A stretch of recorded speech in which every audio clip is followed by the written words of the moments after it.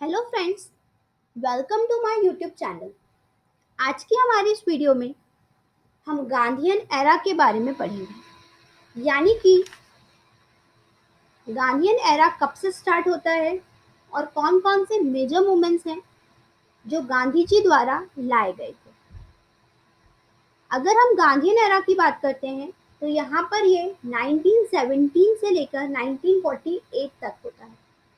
इसके बीच में यहाँ पर बहुत सारे मेजर मूवमेंट भी लॉन्च किए गए थे जिन्हें फ्रीडम स्ट्रगल भी कहा जाता है, नेशनल मूवमेंट्स कहा जाता है।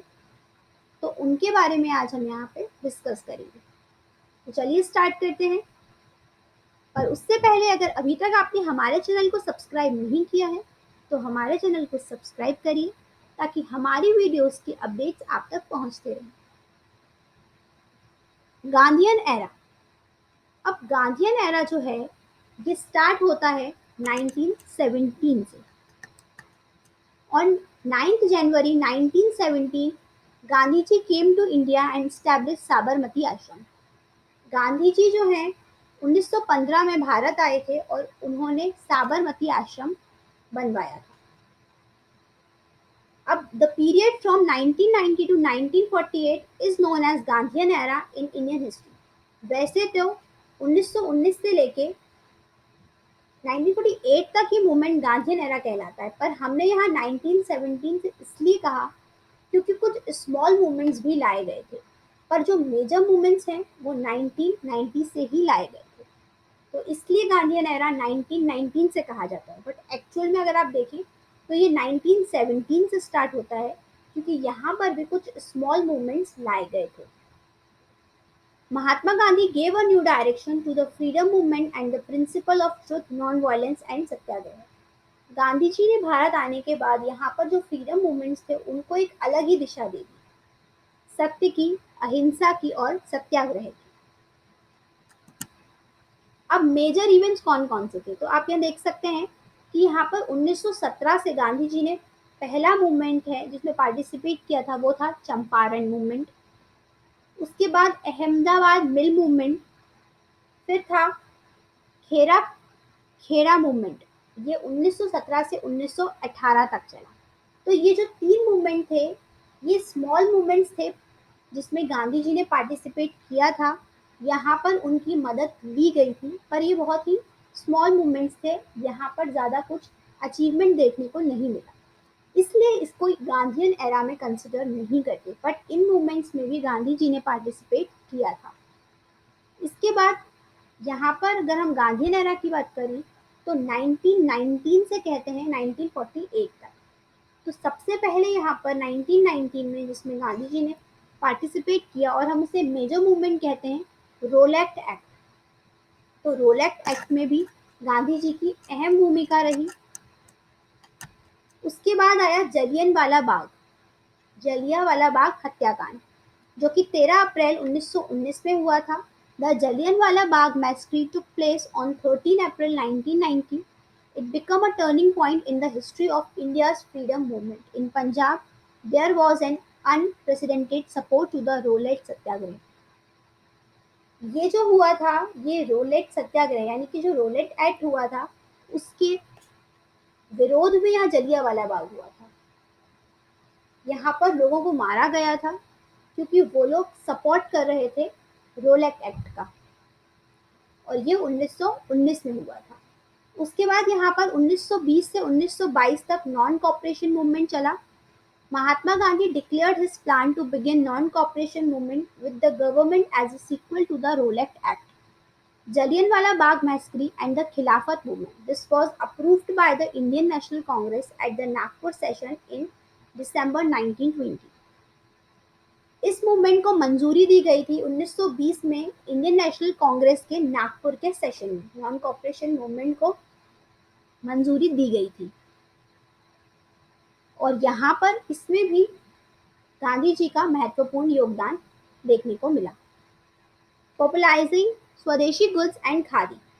अब यहाँ पर स्वदेशी गुड्स एंड खादी पर इन्होंने जोर दिया क्योंकि यहाँ पर बॉयकॉट मूवमेंट भी चलाया गया। तो बॉयकॉट मूवमेंट चलाया गया था कि विदेशी सामान परचेज नहीं करना है, तो यहाँ पर खादी का और जो स्वदेशी गुड्स हैं उनका व्यापार शुरू किया गया।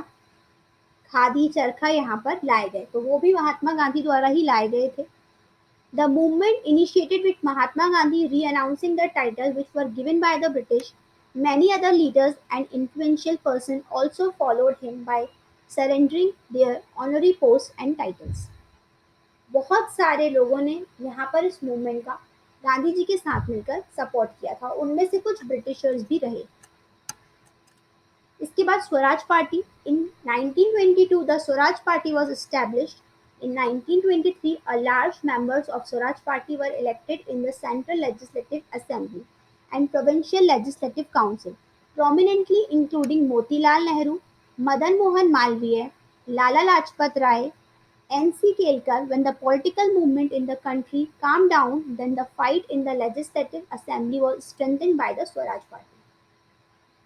अब यहाँ पर स्वराज पार्टी जो थी वो 1922 में बनाई गई थी और 1923 में यहाँ पर स्वराज पार्टी के लिए बहुत सारे जो मेंबर्स हैं वो इलेक्ट किए गए थे। ये जो थे वो सेंट्रल लेजिस्लेटिव में भी थे और प्रोविंशियल लेजिस्लेटिव काउंसिल में भी थे, जैसे कि मोतीलाल नेहरू हैं, मदन मोहन मालवीय, लाला लाजपत राय, एनसी केलकर।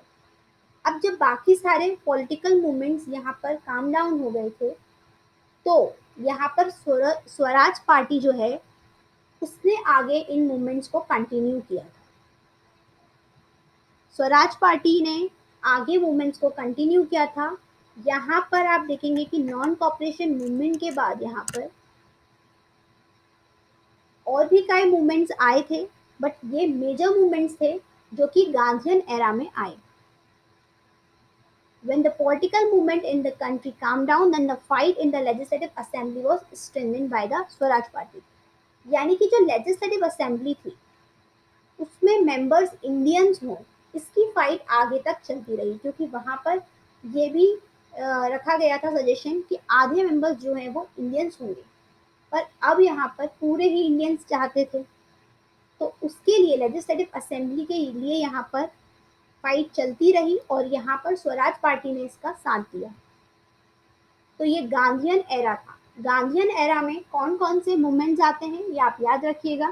चंपारण मूवमेंट, खिलाफत मूवमेंट, खेरी खेड़ा मूवमेंट, अहमदाबाद मिल मूवमेंट, नॉन कॉपरेशन मूवमेंट आता है,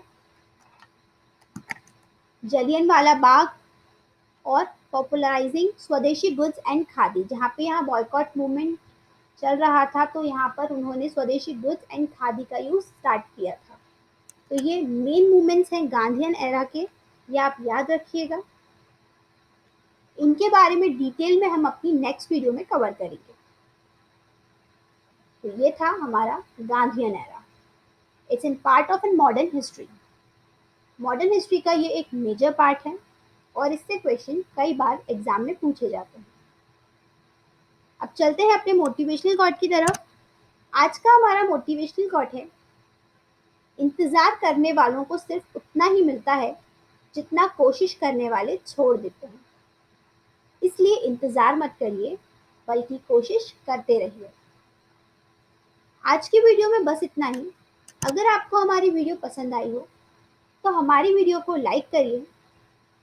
अगर इससे रिलेटेड आपको कोई भी क्वेश्चन है तो हमें कमेंट बॉक्स में कमेंट करके बताइए। हमारी वीडियो को ज़्यादा से ज़्यादा शेयर करिए और हमारे चैनल को सब्सक्राइब करिए ताकि आपको हमारी वीडियोस की सभी लेटेस्ट अपडेट्स मिलती रहें। Thank you.